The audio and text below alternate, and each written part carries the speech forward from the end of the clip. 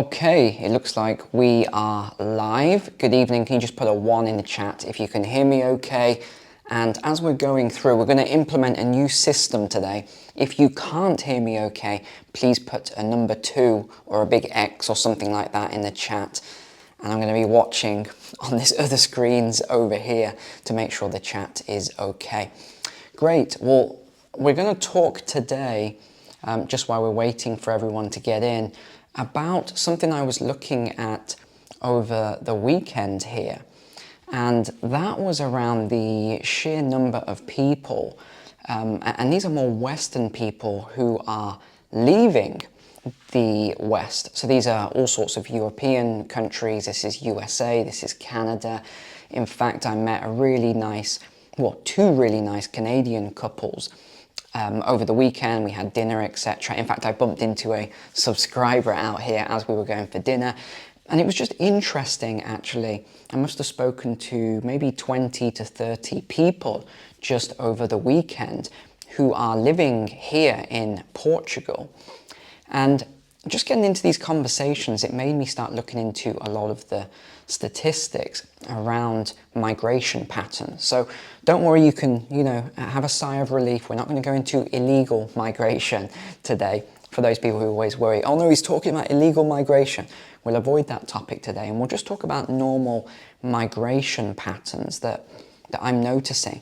And I have got a ton of notes on here. I've probably got an hour's worth of notes and statistics and all that sort of stuff. But I thought, rather than going through all of that, why don't I just freestyle for a little bit and talk about some of the things that I'm seeing, some of the things that I've heard over the last few days from talking with people.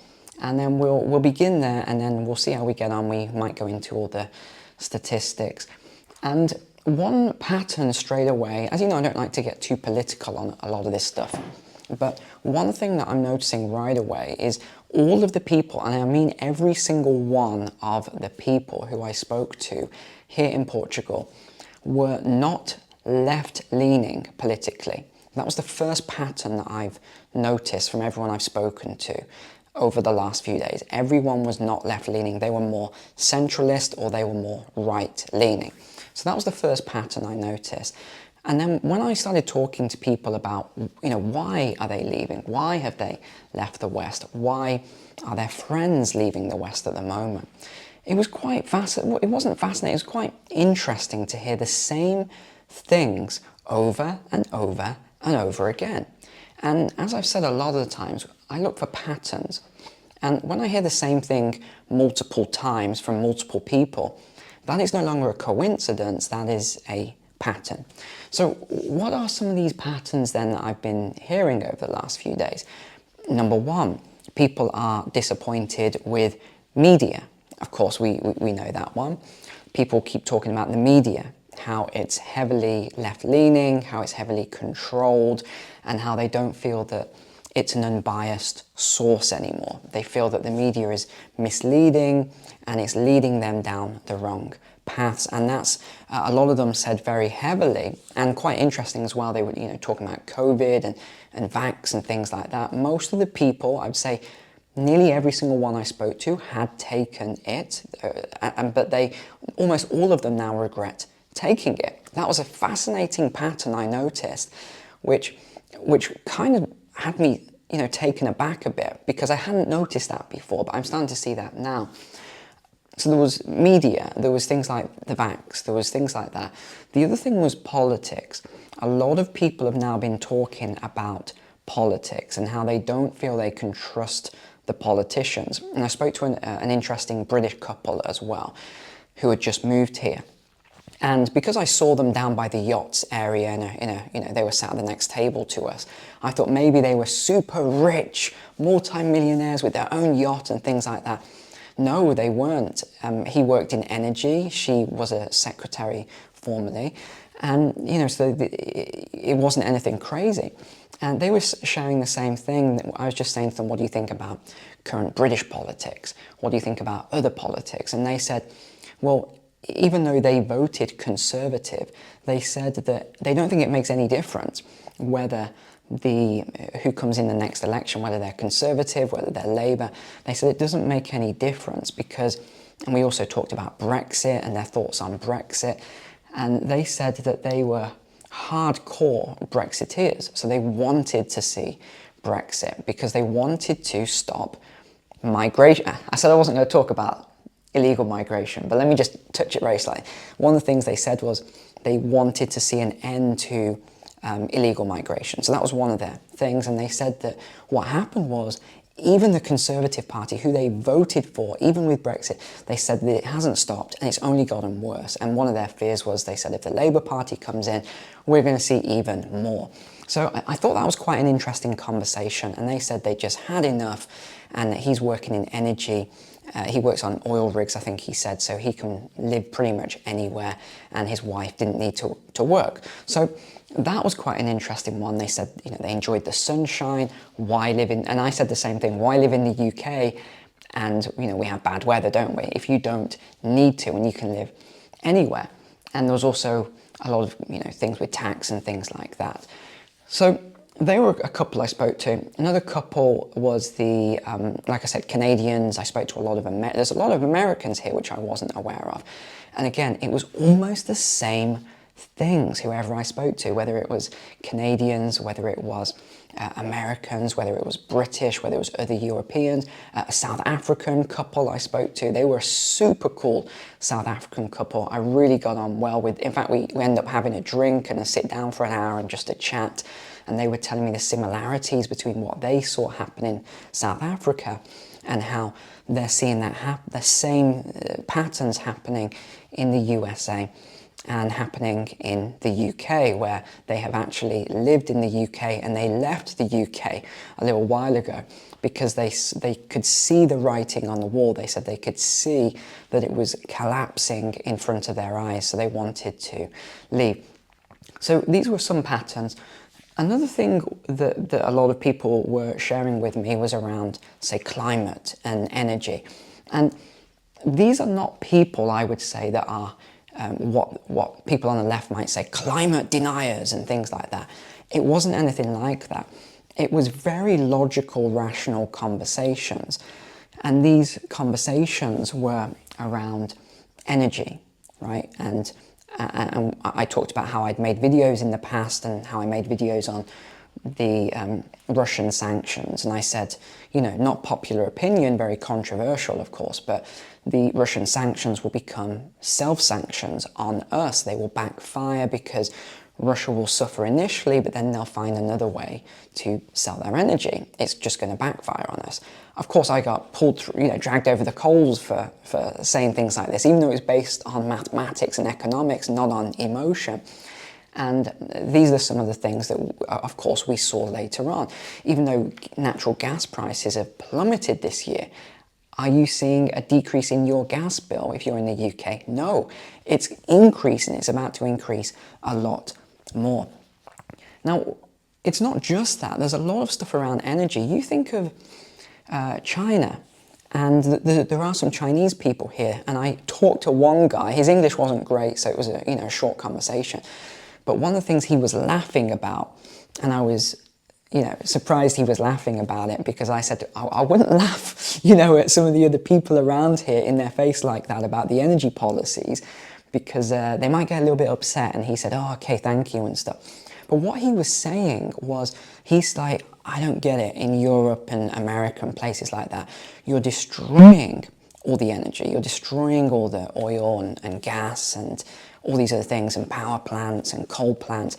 He said, in China, we're building loads of these all the time. Like every week we're building these coal plants and other things, and we're going to continue to do so. So are a lot of other countries.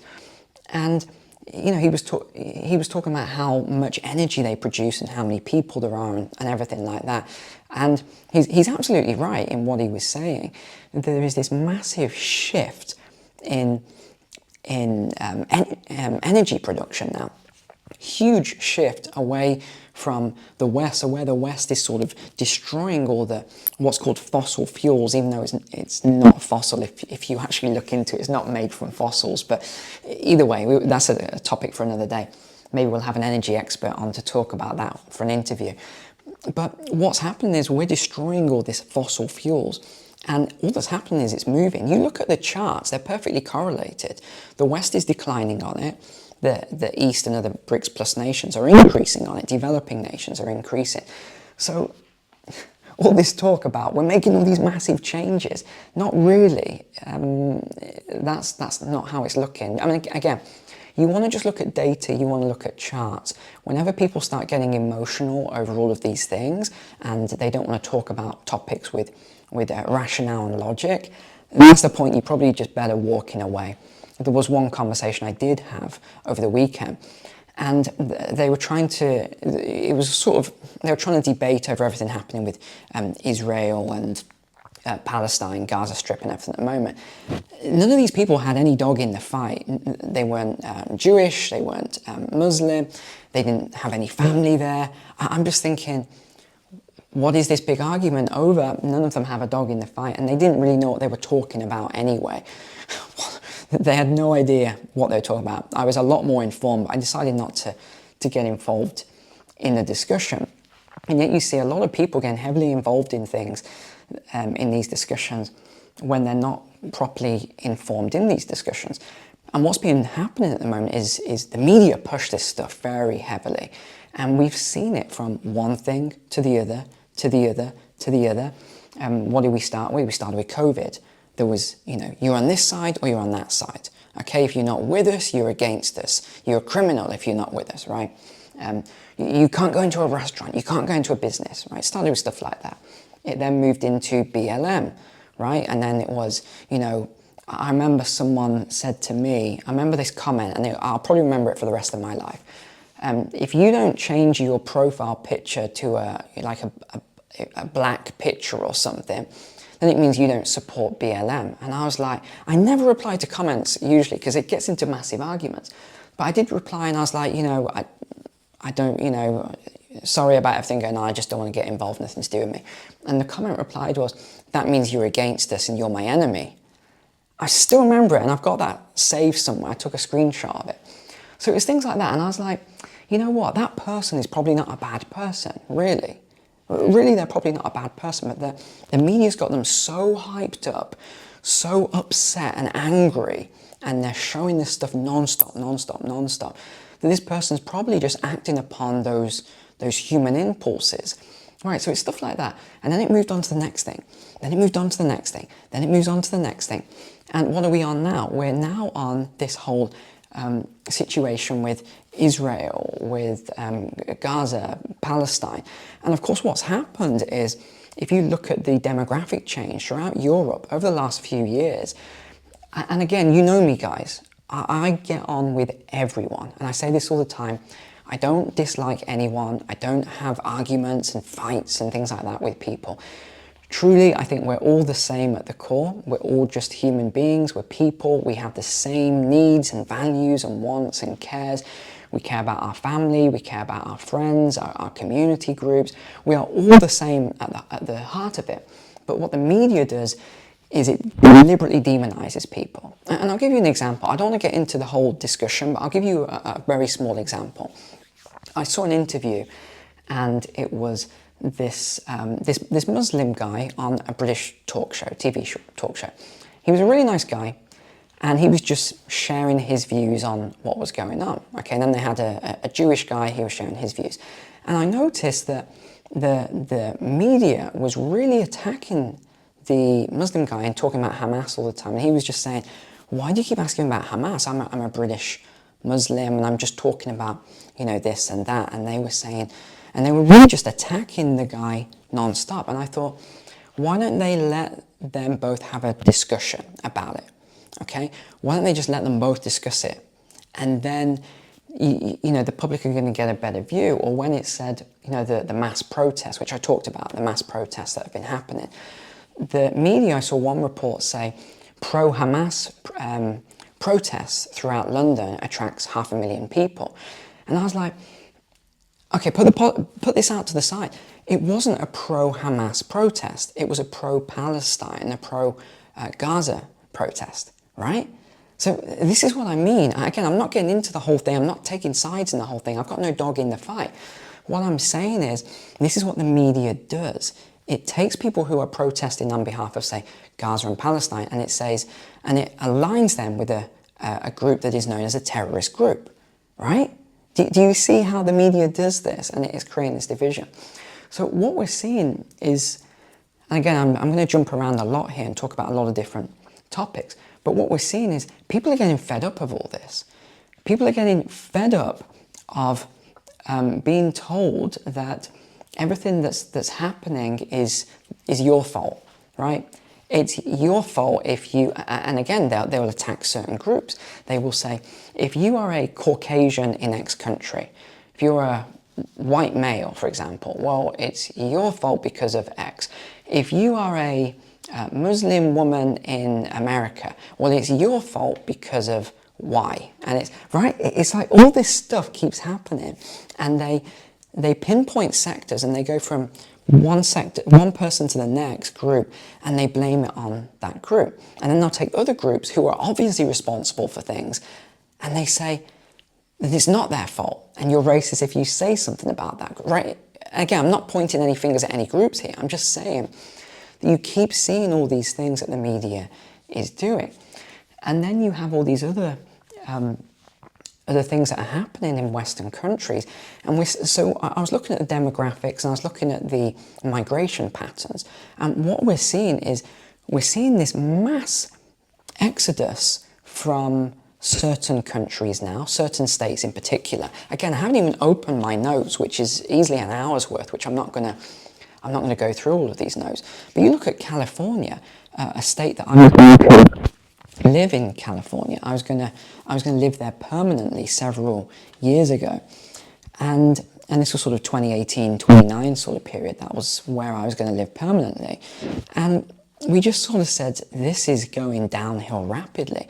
It went from me, again, studying the economics and saying California's booming, one of the largest economies in the world, and then when, you know, people like Newsom came in, they just destroyed the economy. Again, whether you like that or not, for me that is a fact. I can't speak for you, but that's what I saw from him coming in. I saw the California just being destroyed. And another thing was, the more regulation that you put on people, and the more taxation, more regulation on companies, the more those companies and those people are going to leave.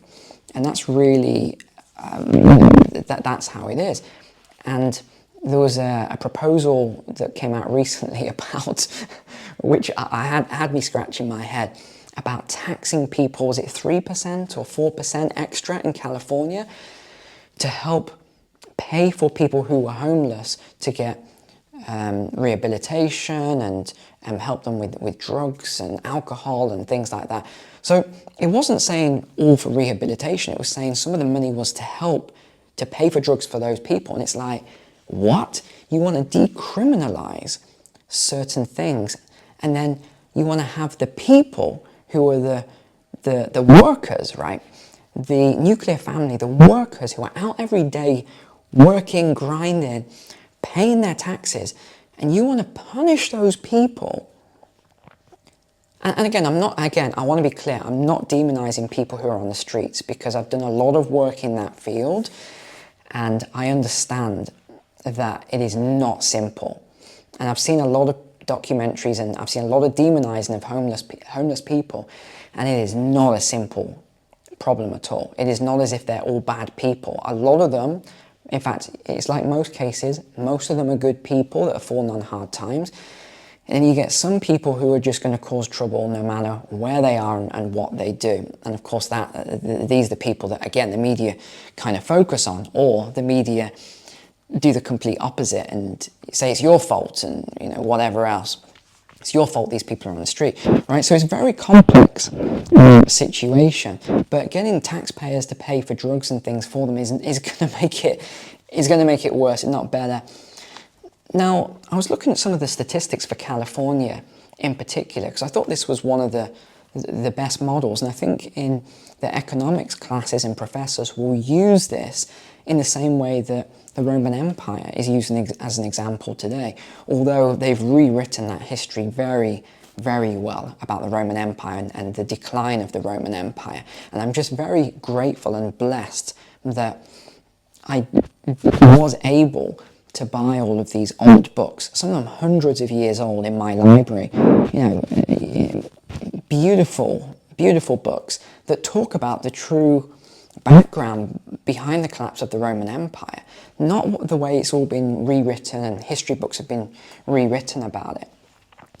And I'll probably cover that on a video. I did cover it in the Patreon, my private community, a while back. I did do a video on that, but I'll probably cover it on the channel at some point in the future. But you look at the sheer amount of people who have left California. Can everybody still hear me okay? I'm just seeing some number 2 coming up in the chat. Okay, can you just let me know, everybody, that you can hear okay? Okay, there's something wrong with the mic. Okay, one moment, I will disconnect. And I'm just gonna, okay, one moment. Let's just go to the normal mic. Okay, so you might have to just adjust your audio on your whatever device you're watching on now. So I've just gone back to the standard microphone. And yeah, great, okay. So audio won't be as good, it's gonna be quite echoey with all these hard floors and stuff. So let's continue on then. Thank you for letting me know that. That was really useful. So our system is working well if we have audio issues. Okay. So I was looking at what actually happened with California then and where people were going. And it's interesting when you look at the sheer amount of taxation and regulations on California, and then you look at the polar opposite, you look at some of the states with the polar opposite, and where did people go? Well, they went from one to the other. And we talked about this a lot. I've given some lessons on tipping point theory, where a lot of the time, people will go up this side, they'll go into the pain ratio a lot, but there will be a point where they just tip. And a lot of that was during COVID. A lot of people just said, I am getting out of California, and they left. And it wasn't just people, it was businesses as well. And you look at the sheer exodus of businesses and all the new laws on the businesses and people and trying to tax them for 10 years after they leave and all of this. I don't think this will pass. It may do. But is this constitutional? I would probably say no. Would I pay it? No, definitely not. But I'm a little bit more rebellious, as you know. But you look at San Francisco as well, one of the worst cities now. It used to be one of those beautiful cities in the whole of America. San Francisco, just stunning, absolutely beautiful, beautiful city. And now you look at it, and I'm just looking at the chat, and guys, everyone's making recommendations. It's easy to make recommendations when you're not sat here doing all this setup, by the way. It's very complicated to actually get the stream and all the audio and the lighting and everything going. So just to let you know that. But yeah, we've seen now almost 40% of businesses just leaving San Francisco. And even the one thing that was surprising to me was, if you look at Nancy Pelosi and you look at some of her offices and some of the offices of the Democrats in the area, they will not even allow their staff to come into the offices anymore because it's too dangerous. And I don't know if you've traveled on the BART and things like that. I have. Incredibly dangerous. I don't know if you've driven in. I have. Incredibly dangerous. I mean, there's no way your car is not going to get the window smashed in and something stolen in California if you park anywhere, in San Francisco. So we've got all of these issues going on that are just not being addressed, and you have the good citizens that are getting penalized by the politicians who are multi-millionaires. I mentioned this on Friday's Walk and Talk.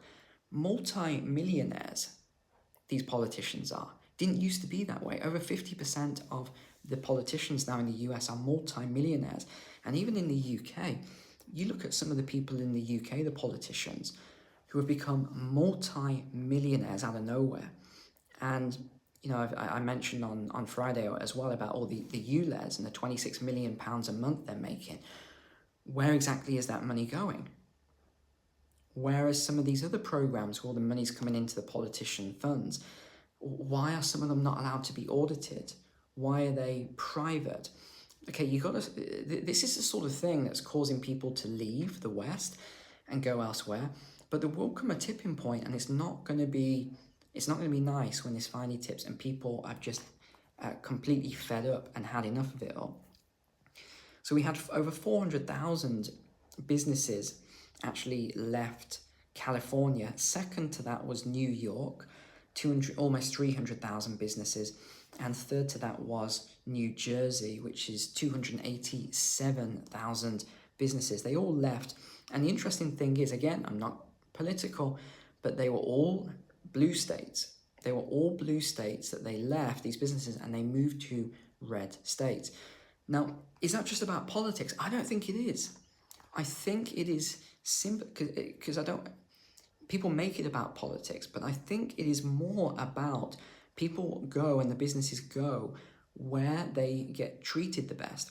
And I think they go where they can have the best standard of living, where they have the lowest rates of crime, where they don't need to worry about all of these problems. That is what I would suggest is one of the main reasons that all these people and all these businesses are leaving. And there was another tax. This was in California, ACA 11 amendment. It was to fund the healthcare of the state, which is basically bankrupt, by increasing taxes. And they wanted to add a 1.25% payroll tax on businesses with 50 employees or more and with wages over $50,000, which in California is going to be most employees. They also wanted to raise personal income taxes from a 0.5% to 2.5%. So again, this is another 2% on top of all these other taxes for healthcare, when people are already paying premiums and everything else. It's pretty staggering, yeah. And 10 years for tax on individuals 10 years after leaving the state. Well, no, thank you. I'll pass on that one. There was another article that came out recently about Target, and Target was going to close 9 stores. I think most of you remember I covered this. And they were going to close 9 stores, which enacted 2 weeks ago. And that actually has happened now. People said, oh, he's scaremongering, he's just saying, oh, just because they're all in Democrat cities, he's trying to say this about the Democrats and whatever else. I'm like, guys, this is economics. I cover numbers and statistics and business and finance. That's just what I do. And these 9 stores, they just happen to be in these cities. And again, it's obvious. You look at these cities, it's Los Angeles, it's Portland, it's New York, East Harlem, it's Oakland, it's San Francisco. What have they all got in common? It's very weak on crime. Defund the police, decriminalize crime. You can steal $950 worth of stuff and you won't be prosecuted. It's an insult to hardworking people in these regions. Now, Target basically came out and said some of the stuff they said was crazy. It was really whack and out there. They incurred a $500 million loss this year, and they said it was due to rising theft. I also think it was a bit more than that. I think it was that they went very heavily woke and they did all that line of clothing and everything else. You remember all that stuff. But that is not included at all. If you look at the details here, that isn't even a thing. Well, obviously, that is part of it. I mean, it's blatantly obvious that would have had an impact as well. Now, the other note I made about this is that when you have these large businesses or like Target or Walmart and things like that closing in an area, it does have significant implications because there will be jobs there. Those people have jobs, they pay back into the economy. It will help people who are stretched as well, because let's say you've got a Walmart there, they get bulk pricing. Some of their items, a lot of their pricing will be very cheap compared to other places. So it will have an impact, and there would have been taxes paid in that that region. So I don't think they really understand, the implications of some of these things when they leave the cities. The local government doesn't really understand what's happening. And in fact, when the local government, I made a note of this here, their statement on it. And it was all around the trend of rising crime and homelessness in San Francisco. And their statement was, and this is by their experts, by the way, economic experts, they said that this was linked to racism. And it's like, where's the explanation? I mean, if you're going to make a claim that the rising crime and homelessness is due to racism, then back that up. When I say things, I have to back it up with data. But there's nothing here. There's just nothing there. They just make these claims, and that's that. Now, the other thing that's been announced recently is California taking these steps to reduce pollution and fossil fuel-based energy. And the one about trucking and agricultural equipment and all this other stuff is crazy. The technology just doesn't exist to have an electric combine harvester. I mean, correct me if I'm wrong. Please drop it in the comments here. Just drop it in the comments if I'm wrong, because as far as I'm aware, these trucks and these diesel trains and this stuff that's pulling huge amount of tonnage, they are not able to work right now on electric batteries. If that has changed, please drop it in the comments and let me know, because I'm not aware of it. But it says that all the trucks and the trucking fleet have to be electric by 2035 and everything else by 2040. They also talked about these tools as well. So let's say that you have a petrol-powered chainsaw or lawnmower or anything like that, these gardening type tools. The other thing is they're saying that this has to come in very, very soon. That they're going to put a ban in California on these sort of tools. So even if you have them, you will not be allowed to use them after a set date. Well, that's destroying things that are working and already in existence. Okay, I'm reading the chat. No one so far is saying that there is going to be an electric heavy goods, kind of vehicles and stuff like that. Bulldozers and diggers and all this other stuff. They've all got to be electric. How? These sort of things, if you've ever seen mining where that massive blade is going around and cutting up rocks and things, how on earth is that going to be electric? I just don't know. I don't know how they're going to achieve these things. And Portland, here was the last article I wanted to just mention. Portland actually did pass this tax to help people that are homeless. And the official statement says the residents were delighted to pay this 1% tax in order to assist the ongoing issue. And it's saying that it raised $240 million in the first year, $337 million in the second year. So we haven't got the stats yet on this year. But I'd just like to know if anyone does live in Portland, if this has changed. I'd love to know if all the crime and the drugs-related issues, alcohol-related issues, feces on the sidewalk and what all the other stuff that I've witnessed myself. I'd love to know if this tax that people have been paying there has made a big difference. I'd be very interested to know that. Is there anything else I want to add to what I've said? Because we kind of went, that was quite a broad set of topics there. But overall, what we're seeing is a lot of things.